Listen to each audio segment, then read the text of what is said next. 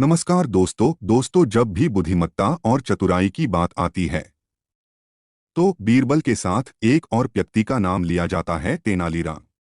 तेनालीराम निर्भय और सत्यवादी था। वह जहां भी अन्याय और अत्याचार देखता उसका भंडा फोड़ने में जरा भी संकोच नहीं करता था, चाहे राजा हो या रंक, गरीब हो या धनवान, नारी हो या पुरुष। यहाँ तक कि अपने आश्रयदाता सम्राट कृष्णदेव राय की भी मौके पर आलोचना करने से चूकता न था। पर उसकी आलोचना हास्य और व्यंग्य से भरी होती थी। उसका व्यंग्य सुनकर सामने वाला व्यक्ति तिलमिला उठता था और सोचने और समझने के लिए बाध्य हो जाता था। इस प्रकार अपनी भूल को सुधार लेता था। इसलिए कभी कोई व्यक्ति भूल करने के पहले तेनालीराम से बचने की कोशिश करता था।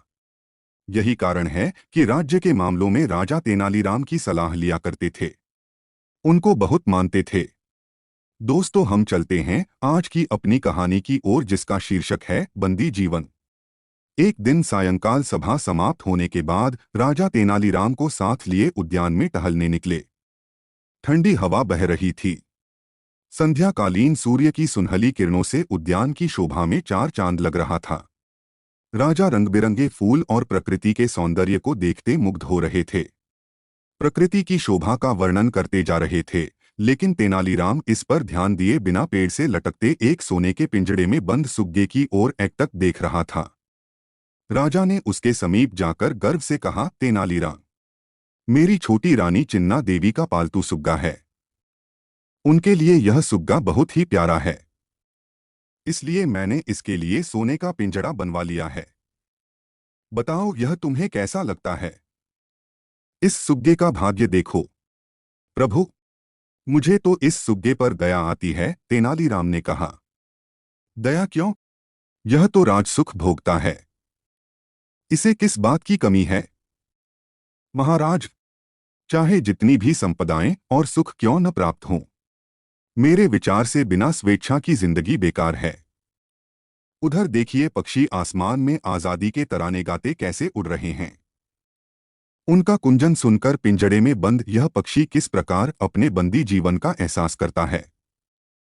उसके पंख उड़ने के लिए फड़फड़ाते हैं, लेकिन यह अपनी असहायता पर कैसे सर पटक कर पिंजड़े के तारों को नोच रहा है।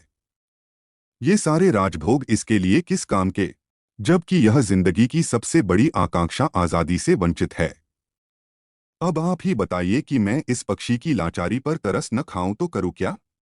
तेनालीराम, तुम यहीं पर भूल करते हो। समझने की कोशिश करो। जो पक्षी स्वेच्छापूर्वक आकाश में उड़ते रहते हैं, उन्हें हमेशा शिकारियों, चील, शेन आदि का डर बना रहता है। यह सुग्गा एकदम सुरक्षित है। इसे आहार की खोज में कहीं नहीं जाना पड़ता, आराम से बढ़िया आहार मिलता है। सर्दी, गर्मी और बारिश से बच सकता है। तुम पागल जैसे बात करते हो। सुखवैभव पक्षियों के लिए क्या मानव समाज में कितनों को प्राप्त है। राजा ने पक्षी के प्रति अपना उपकार जताते दर्प से कहा। महाराज, यदि आप बुरा न माने तो सच बता दूं, आपकी और इस सुग्गे की स्थिति में कोई बड़ा अंतर नहीं है। अंतःपुर एक कारागार जैसा है, इसलिए आपको सुग्गे की हालत पर दया नहीं आती है। तेनालीराम ने अपने मन की बात कह दी। तेनालीराम, तुम अपनी सीमा से बाहर जाकर बात करते हो। मैंने तुम्हारा आदर किया तो तुम मेरे ही सर चढ़ गए हो, हमारी ही अवहेलना करते हो। जाओ, आज से तुम मुझे अपना चेहरा मत दिखाओ। यह कहकर राजा जल्दी जल्दी कदम बढ़ाते अंतःपुर की ओर बढ़े। बेचारा तेनालीराम अपना सा मुंह लेकर वहां से धीरे से चल पड़ा, यह सोचते हुए कि यह भी कैसी दुनिया है, सच कह दूं तो बुरा मानती है। राजा अंतःपुर पहुंचे। रात को बिस्तर पर लेट गए, पर उन्हें नींद नहीं आई। तेनालीराम की बातें बराबर उनके कानों में गूंजने लगीं। राजा और पक्षी की हालत में कोई बड़ा अंतर नहीं है। तेनालीराम ने ठीक ही कहा था। रात भर राजा करवटें बदलते रहे, पर आंखों में नींद हराम थी। बड़े सवेरे कहीं जाकर उनकी आंखें लगी। उधर तेनालीराम भी सो नहीं पाया। वह पछताने लगा, मैंने नाहक राजा का मन दुखाया है। पर उनका मुंह देखे बिना तेनालीराम को चैन नहीं पड़ता था। वह महाराजा का अंतरंग सखा था, पर वह राजा को अपना चेहरा नहीं दिखा सकता था। यह राजा का आदेश था, इसलिए उसने एक उपाय किया। अपने सिर पर आंधे मुंह बर्तन रखकर सवेरे राजमहल में पहुंचा। उस विचित्र आकृति को देख राजमहल में हलचल मच गई। वह कोलाहल सुनकर राजा वहां पर आ पहुंचे। उस विचित्र वेशधारी को महल से बाहर कर देने का राजा ने आदेश दिया। प्रभु, क्षमा करें, मैं तेनालीराम हूं। क्यों आए हमारे महल में? राजा ने क्रोध का स्वांग रचते हुए पूछा।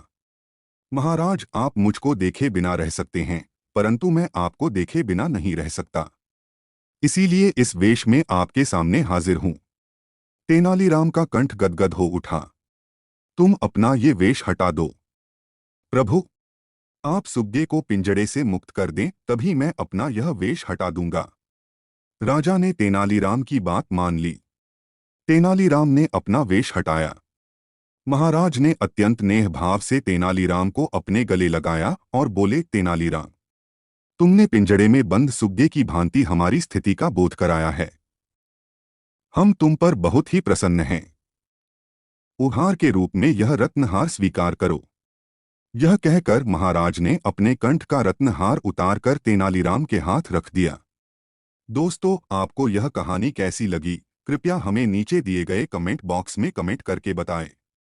और ऐसे ही मनोरंजक कहानियां सुनने के लिए हमारे चैनल को सब्सक्राइब करें। अगर आपको यह कहानी पसंद आई हो तो अपने दोस्तों के साथ अवश्य शेयर करें। धन्यवाद।